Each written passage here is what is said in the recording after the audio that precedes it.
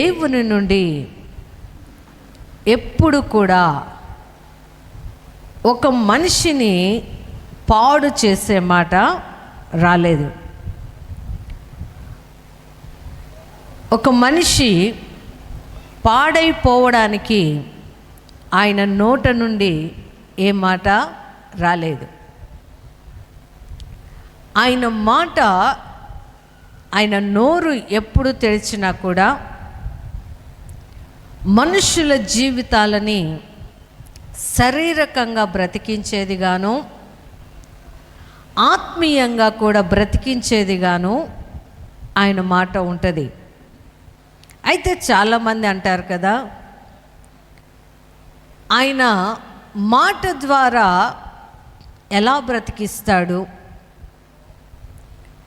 కొంతమంది అంటారు, ఒక వస్తువును తయారు చేయగలిగితేనే దానిని చెడగొట్టడానికి కూడా అధికారం ఉంటుంది అని. తయారు చేయలేనివాడు చెడగొట్టే అధికారం కూడా ఉండదని లోకములో చాలామంది మాట్లాడుతూ ఉంటారు. అయితే యేసు ప్రభు మాట మొదటి నుండి కూడా జీవము కలిగినదై ఉన్నది. ఆది నుండి కూడా సృష్టిని బ్రతికించేదై ఉన్నది.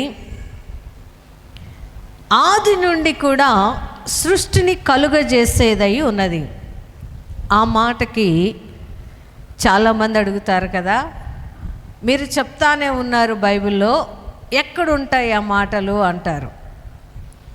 కీర్తనలో దావీదు అంటున్నాడు, నీ వాక్యము నన్ను బ్రతికించి ఉన్నది, అదే నా బాధలలో నాకు నెమ్మదిని కలిగించుచున్నది.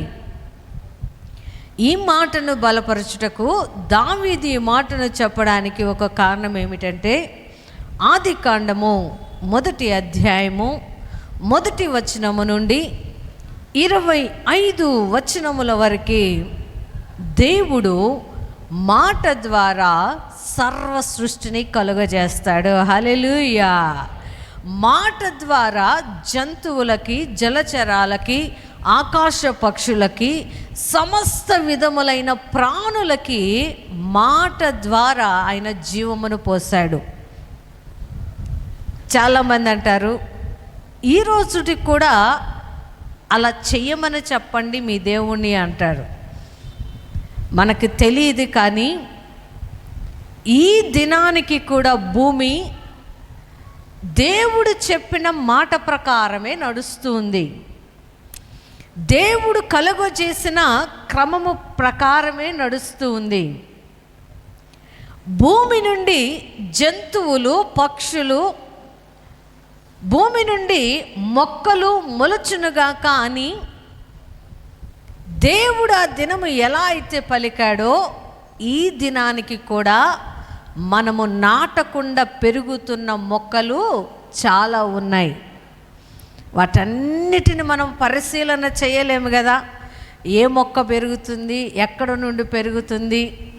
ఈ మధ్య సైంటిస్టులు కూడా అసలు ఈ భూమి ఎలా కలిగింది, ఈ సృష్టి ఎలా కలిగింది అని వారికి కలిగిన జ్ఞానమును బట్టి పరిశోధించడానికి వచ్చినప్పుడు, ఆ సైంటిస్టులకి భూమి ఎప్పుడో పుట్టినప్పటి నుండి వీరికి కంటికి కనబడని విచిత్రమైన జంతువులని, జలచరాలని, ఆకాశ పక్షులని, భూమి మీద ప్రాకిడి పురుగులని, కొత్తగా వింతైన ప్రాణులను చూస్తూ ఉన్నారంట. అంటే ఈ దినానికి కూడా భూమిలో నుండి కొన్ని ప్రాణులు పుడుతూ ఉంటాయి. మట్టిలో నుండే ఎర్రలు, వాటినేమంటారు, కొన్ని తేళ్ళు, కొన్ని కీటకాలు మట్టిలో నుండే ఈ దినానికి కూడా పుడుతూనే ఉన్నాయి. అది మనుషులమైన మనకి తెలియదు, కానీ దానిని పరిశోధించే జ్ఞానులకి, శాస్త్రులకి, సైంటిస్టులకి జీవము ఎలా కలుగుతుంది, కొత్త జీవము ఎలా పుడుతుంది అని పరిశీలన చేస్తూ ఉంటే వారికి తెలిసిందేమిటంట, భూమి నేలని కొన్ని జీవజలాల్ని పుట్టిస్తుంది అని కనుక్కున్నారంట. ఈ మాటని మనకి బైబిల్లో ఎక్కడ వ్రాయబడి ఉంది? ఆదికాండం 1వ అధ్యాయంలోనే ఆయన నోటి మాట వలన జంతువులు, భూమి మీద మొలిచే మొక్కలు, ఆయన నోటి మాట వలన సముద్రములో ఉండే చేపలు, సముద్ర జలాలు, ఆకాశము విస్తరించబడము, సూర్యచంద్రుడు నక్షత్రాలు కలుగ చేయడము, వెలుగుని చీకటిని వేరుపరచడము, వెలుగుని పరిపాలించుటకు, చీకటిని ఏలుటకు చందమామని సూర్యుడిని దేవుడు నియమించినట్టు ఆది కాండములోనే మనకి వ్రాయబడి ఉంది. హల్లెలూయా! ఆయన మాట బ్రతికిస్తూ ఉంది మనుషులని. ఆయన మాట మనకు జీవమును కలుగ చేస్తూ ఉంది. ఆయన మాట మన బాధలలో, మన శ్రమలలో మనకి నెమ్మదిని కలుగ చేస్తూ ఉంది అని దావీదు ప్రార్థన చేయడానికి గల కారణం ఏమిటంట? సర్వ సృష్టిని ఆయన మాట ద్వారానే కలుగజేశాడు. హల్లెలూయా! ఆ మాట ద్వారా కలుగజేసిన దేవుడు, ఆ మాట ద్వారా సృష్టిని కలుగజేశాను అని చెప్పిన దేవుడు, ఆ మాటే యోహాను సువార్త 1వ అధ్యాయము 1వ వచనములో వ్రాయబడి ఉంటుంది. ఆదియందు వాక్యము ఉండెను, వాక్యము దేవుడై ఉండెను. హల్లెలూయా! బ్రతికించే దేవుడు, వాక్యమై ఉన్న దేవుడు ఈ భూమి మీదకి శరీరమును ధరించుకొని యేసు ప్రభు రూపములో ఈ భూమి మీదకి అడుగు పెట్టాడు. హల్లెలూయా! చాలామంది అంటారు యేసు ప్రభువుని, అది ఒక పేరు అంటారు. ఆయన్ని యేసు ప్రభుకి పేరు కాదండి అది. యేసు ప్రభు పేరేమిటంటే ఇమ్మానుయేలు. యేసు ప్రభు అంటే అర్థం ఏమిటంటే రక్షకుడు అనే అర్థం. మనుష్యులను రక్షించడానికి వచ్చినవాడు అని అర్థం. మనుష్యులను చావు బ్రతుకులో నుండి లేపడానికి వచ్చాడు అని అర్థం. మనుష్యులు పాపపు చెరలో ఉన్న వారిని విడిపించడానికి వచ్చిన రక్షకుడు అనే అర్థం. కొంతమంది యేసు ప్రభుని అది ఆయన పేరు అనుకుంటారు. కాదు, యేసు ప్రభు అంటే ఆయన చేసే పని ఆయనకి పెట్టబడింది. హల్లెలూయా! ఇంటిని కట్టేవారిని ఏమంటారు? మేస్త్రీలు అంటారు. పొలాలు పనిచేసేవారిని ఏమంటారు? వ్యవసాయం చేసేవారు అంటారు. అలానే రాజకీయాల్లో ఉండేవారు మంత్రులు, ఎమ్మెల్యేలు అంటారు. అలానే యేసు ప్రభువుకి నామం ఏమిటంట? రక్షకుడు అనే నామము. హల్లెలూయా! ఆ రక్షకుడినే తెలుగులో ఏం చేశారంటే యేసు అని మార్చారు. ఆ యేసే, ఈ భూమి మీదకి వాక్యమై ఉన్న యేసే శరీరమును ధరించుకొని దావీదు ప్రార్థన చేసిన ఆ వాక్యమే మన కొరకు ఈ భూమి మీదకి శరీరమును ధరించుకొని వచ్చింది. హల్లెలూయా! శరీరమును ధరించుకొని వచ్చిన యేసయ్య ఆ శరీరములోనే మనుష్యులకి ఆది యందు ఎలా అయితే ఆయన నోటి మాట ద్వారా సృష్టిని కలుగజేసి బ్రతికించాడో, ఆ వాక్యమై ఉన్న యేసయ్య ఈ భూమి మీదకి వచ్చినప్పుడు కూడా నోటి ద్వారానే అనేక మందిని బ్రతికించాడు. హల్లెలూయా! ఆ మాటని మనము మార్కు సువార్త 5వ అధ్యాయము 35 నుండి 42 వచనాల్లో చూస్తే, అక్కడ ఒక చిన్న కుమార్తె, సమాజపు మందిరపు అధికారి, అతని కుమార్తె చనిపోయింది అని అతని ఇంట్లో పని చేసేవారు వచ్చి చెప్పారు. అతని ఇంట్లో పని చేసేవారు వచ్చి చెప్పినప్పుడు యేసు ప్రభు ఆ మాటలు విన్నాడు.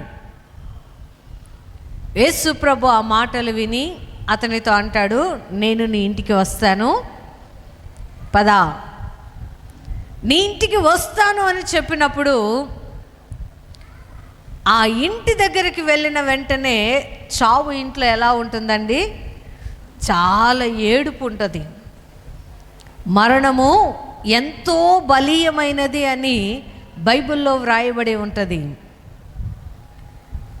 అంత కఠినమైన శ్రమలో ఉన్న ఆ కుటుంబము గొల్లు చేస్తున్నారంట, గట్టి గట్టిగా ఏడుస్తూ ఉన్నారంట. ఆ ఏడుస్తున్న వారిని చూసి యేసయ్య ఓదార్పుగా అంటున్నాడు, మీరెందుకు ఏడ్చుచున్నారు? ఆ చిన్నది నిద్రించుచున్నదే కానీ చనిపోలేదు అని యేసు ప్రభు పలికినమ్మటే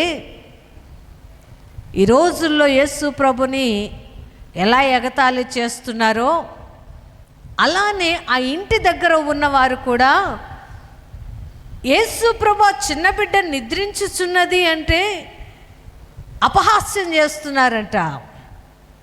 అదేంటి, ఈ చిన్న పాప చచ్చిపోతే, ఈ చిన్న పాప మరణిస్తే ఆయన నిద్రపోతుందంటాడేంటి? నిద్రపోతే మేమెందుకు ఇంతసేపు ఏడవాలి, ఇంతసేపు మేమెందుకు కన్నీరు కార్చాలి అని యేసు ప్రభుని అపహాస్యము చేస్తూ ఉంటే అవిశ్వాసమైన మనసు కలిగిన వారందరిని ఏం చేశాడంట, ఆ చిన్న బిడ్డ ఉన్న ఇంటిలో రూములో నుండి అందరిని బయటికి పంపించేశాడంట. హల్లెలూయా. ఈ రోజుల్లో చాలామంది కూడా దేవుని మాట నిన్ను బ్రతికిస్తుంది అంటే ఎగతాళి చేస్తారు. దేవుని మాట నిన్ను స్వస్థపరుస్తుంది అంటే ఎగతాళి చేస్తారు. దేవుని మాట నీకు జీవమును కలుగ చేస్తుంది అంటే హేళన చేస్తారు. ఆయన మాట సజీవమైనది అంటే ఇప్పుడు మాకు చూపించండి అంటారు.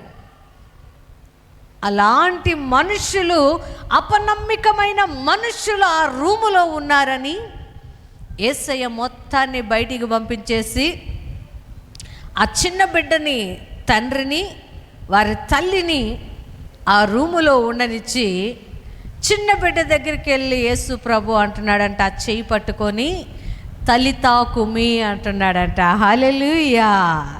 తలితాకుమి అంటే అర్థం ఏమిటంటే చిన్నదానా లే. యేసు ప్రభు ఏం చేశాడండి, మాట పలికాడు, చిన్నదానా లే అనిన వెంటనే ఆ పాప, చనిపోయిన పాప తిరిగి బ్రతికి అందరి ముందు నిలబడింది. హల్లెలూయా. యేసు ప్రభు అన్నాడు, ఆ చిన్న బిడ్డకి ఆహారం పెట్టండి. ఈ మాట చెబుతూ ఉంటే ఈ మధ్య పాస్టర్ గారికి ఒక ఫోన్ కాల్ వచ్చింది. ఒక అతను యేసు ప్రభుని నమ్ముకున్నాడు. ఇంట్లో వాళ్ళెవ్వరు కూడా యేసు ప్రభుని నమ్ముకోలేదు. అయితే అతను ముంబైలో జాబ్ చేస్తాడు, పెయింట్ పని చేస్తాడంట. ముంబైలో పెయింట్ పని చేస్తూ ఉంటే వారి తల్లిదండ్రులు అతన్ని నీకు పెళ్లి చేయాలి రా అని పిలిచారంట. ఇది నిజంగా జరిగిందండి, కట్టుకథ కాదు. హైదరాబాద్లో ఉంటారంట అతను. వారు అతను పెళ్ళి చేస్తారు అని చెప్పినప్పుడు ఆయన తన సామాన్లన్నీ తీసుకొని రమ్మా నాన్న దగ్గరికి వెళ్ళాడు. వెళ్ళిన తర్వాత వారి ఇంట్లో ఈయన కొంచెం సమయము తల్లిదండ్రులకి, కుటుంబ సభ్యులకి దూరంగా ఉండి కాస్త సమయం గడుపుతూ ఉన్నాడంట. వీళ్ళు అనుకుంటున్నారంటే ఏంటి వీడు ఇలా ఉన్నాడు, ఏంటి సపరేట్గా ఉంటున్నాడు అని. ఒకరోజు వారి తండ్రి ఏం చేశాడంట, ఈయన ఇంట్లో లేని సమయంలో ఈయన బ్యాగ్ అంతా చెక్ చేస్తే దానిలో ఒక బైబిల్ ఉందంట. బైబిల్ ఉన్నప్పుడు ఆ తండ్రి కొడుకుని పిలిచి, నువ్వేంటి మతం మారావా అన్నాడంట.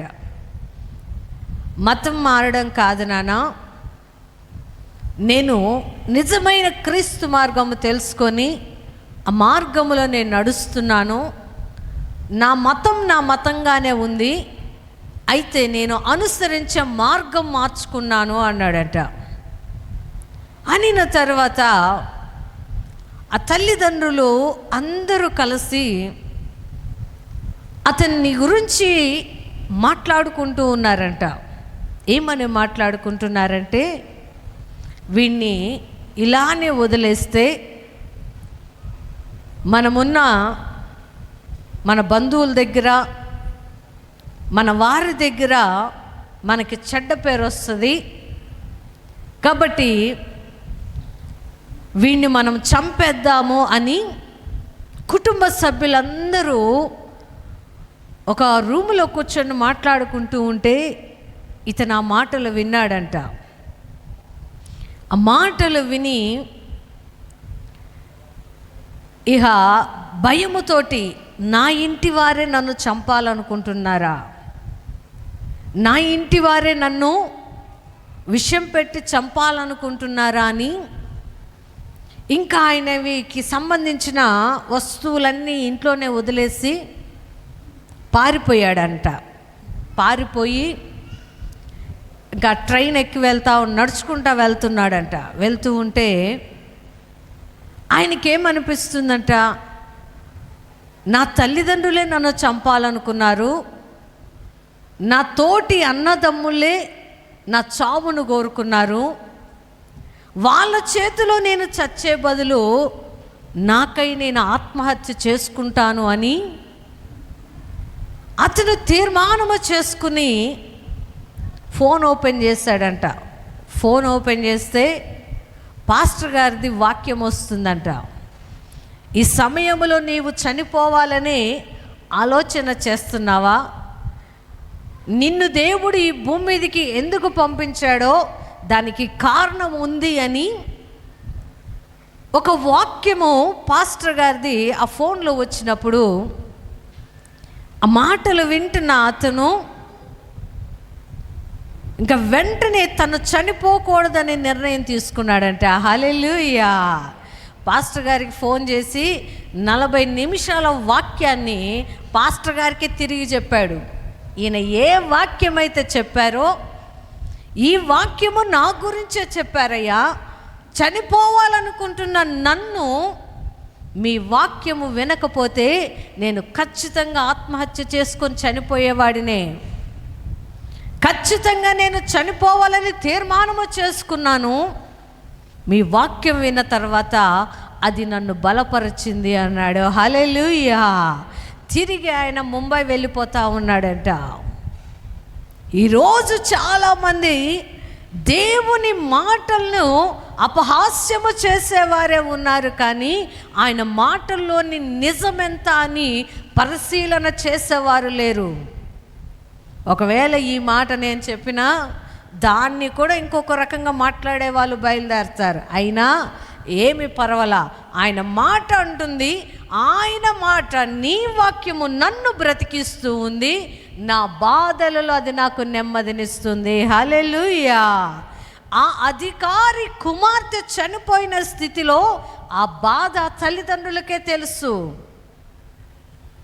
ఆ తల్లి తన గర్భంలో ఆ బిడ్డను మోసి కొన్ని రోజులు పెంచిన తర్వాత చనిపోతే ఆ తల్లి పడే వేదన ఎలా ఉంటుందంట, ఎలుగుబంటి పిల్లల్ని కన్నప్పుడు ఉంటుంది వేదన, అంత భయంకరంగా ఉంటుందంట. హల్లెలూయా. ఆ తల్లిదండ్రుల వేదనని, బాధనని యేసు ప్రభు మాత్రమే తీర్చగలడని తెలుసుకున్న ఆ సమాజ మందిరపు అధికారి, ఆయన మాట మీద విశ్వాసం కలిగిన ఆ అధికారి వెళ్ళినప్పుడు ఆయన విశ్వాసమును బట్టి దేవుని మాట ఆ కుమార్తెను బ్రతికించింది. హల్లెలూయా. అది బైబిల్లోనే కాదండి, ఈ రోజుల్లో బైబిల్ బయట కూడా ఆయన మాట అనేకుల్ని బ్రతికిస్తూ ఉంది. బాధపడే వారికి నెమ్మదినిస్తుంది ఆయన మాట. ఎవరైతే దానిని రుచి చూస్తారో వారికే అర్థమవుద్ది, కానీ ఆయన మాటను ప్రేమించలేని వారు, ఆయన మాటలో జీవము ఎంతో ఉందోనని తెలుసుకోలేని వారు యేసు ప్రభువుని శోధించాలనుకుంటే శోధనకి దేవుడు ఎప్పుడు తలగ్గడు. హల్లెలూయా. నువ్వు ప్రేమించి దేవుణ్ణి అడిగితే ఆయన ప్రాణము పెట్టుటకు కూడా ఇష్టపడతాడు. కానీ దేవుని యొక్క దైవత్వాన్ని మనము శోధించాలి అంటే దేవుడు ఎవ్వరికి కూడా తల వంచేవాడు కాదు. హల్లెలూయా. అదేంటండి అంటారు, నీ కొడుకు నిన్ను ప్రశ్నిస్తే నువ్వేమంటావు? ఏరా, నన్నే ప్రశ్నించే అంత వాడివయ్యావా?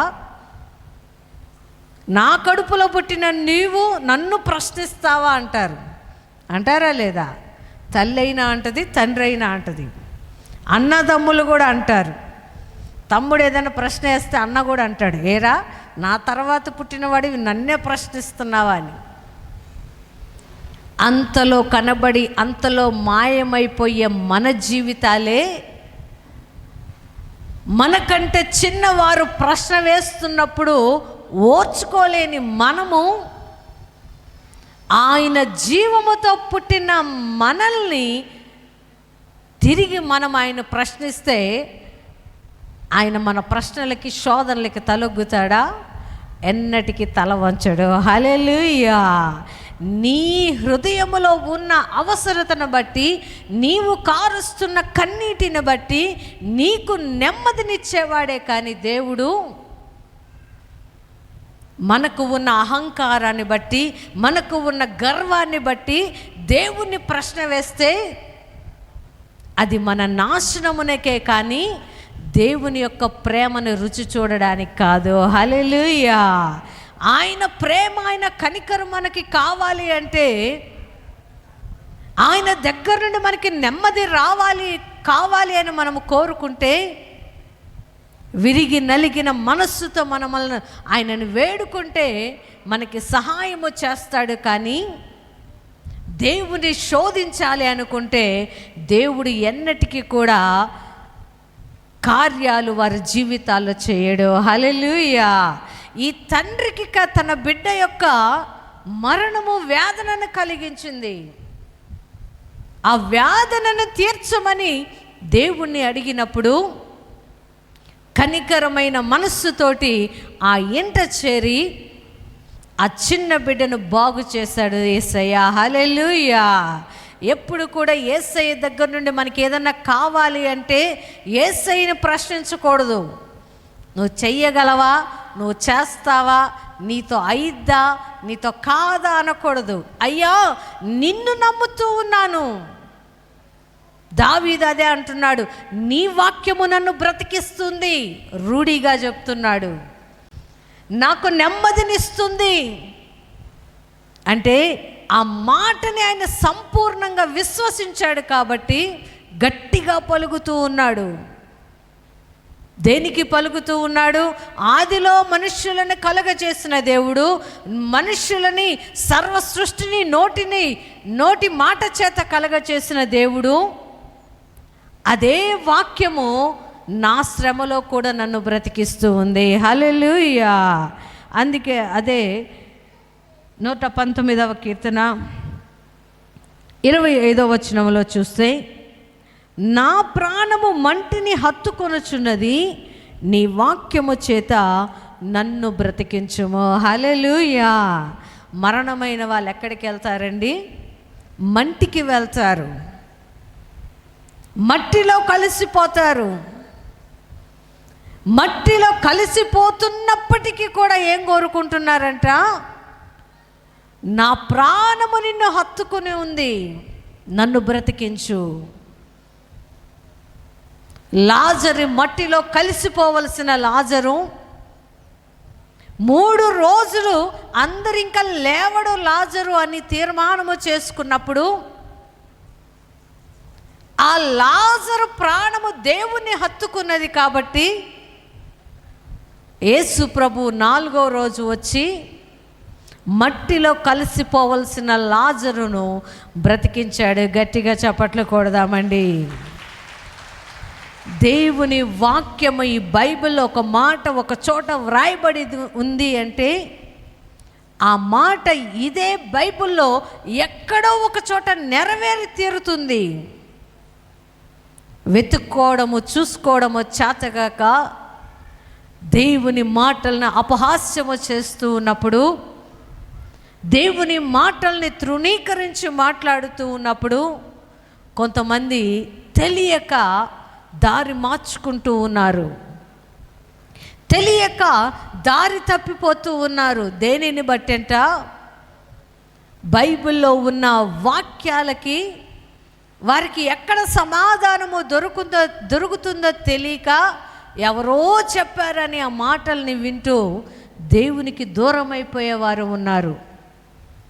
కానీ ఆయన మాట సజీవమైనది. ఈ రోజుటికి కూడా ఆయన మాట సజీవమైనది అని ఎలా చెబుతున్నాము అంటే, ఆయన తన క్రియల ద్వారా మనుష్యులందరికీ కూడా తన్ను తాను సజీవునిగా కనపరుచుకుంటూ ఉన్నాడు. హల్లెలూయా! దానికి సాక్ష్యము ఈ మంగళవారం ప్రార్థనలు కూడా. అనేక మంది వారి వారి జీవితాల్లో దేవుని మాట ద్వారా, దేవుని యొక్క వాక్యము ద్వారా బ్రతికించబడిన వారు, అనారోగ్యముల నుండి స్వస్థతను కలుగు చేసుకున్న వారు, వ్యాధి బాధల నుండి విడిపించబడిన వారు, అప్పుల బాధల నుండి విడిపించబడిన వారు ఇక్కడ ఎంతోమంది సాక్ష్యాలు చెబుతూనే ఉన్నారు. దానికి కారణం ఏమిటంట? సజీవమైన వాక్యము వారిని తిరిగి బ్రతికిస్తూ ఉంది. హల్లెలూయా!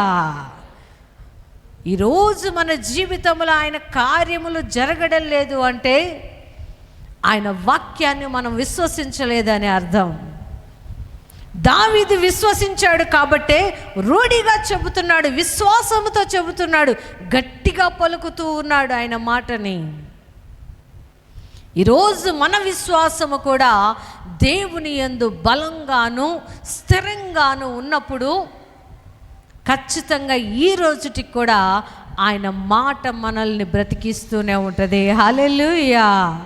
చనిపోవాలనుకున్న ఆ వ్యక్తి అప్పటిదాకా శరీరంగా ఎవరి గురించి ఆలోచించాడు? నా ఇంటి వారు, నన్ను కన్న తల్లిదండ్రులు, నాతో ఉన్న నా అన్నదమ్ములు నన్ను చంపాలనుకున్నారు అని శరీర సంబంధంగా ఆలోచించి చనిపోవాలనుకున్నాడు. వాక్యము ఎప్పుడైతే విన్నాడో, ఆ వాక్యము అతనిలో ఎప్పుడైతే ఫలించిందో, ఆ ఒక్కడిగా ఉన్న వ్యక్తి ఏమైపోయాడు? ఆత్మీయుడిగా మారిపోయాడు. హల్లెలూయా! ఆత్మీయుడిగా మారిన అతను అనుకున్నాడు, నాకు ఎవరు ఉన్నా లేకున్నా యేసయ్య ఉంటే నేను బ్రతుకుతాను. హల్లెలూయా! మనుషులు ఎంతవరకు ఉంటారండి మనతోటి? మనకు ఆరోగ్యం బాగుండి, మనకు డబ్బు ఉంటే మనతో ఫ్రెండ్షిప్ చేస్తారు, మనతో సహవాసం చేస్తారు. అదే ఆరోగ్యం కానీ డబ్బు కానీ మన దగ్గర నుండి పోయిందనుకోండి, వాళ్ళు ఏం చేస్తారు? నిర్దాక్షిణ్యంగా మనల్ని విడిచిపెట్టి వెళ్ళిపోతారు.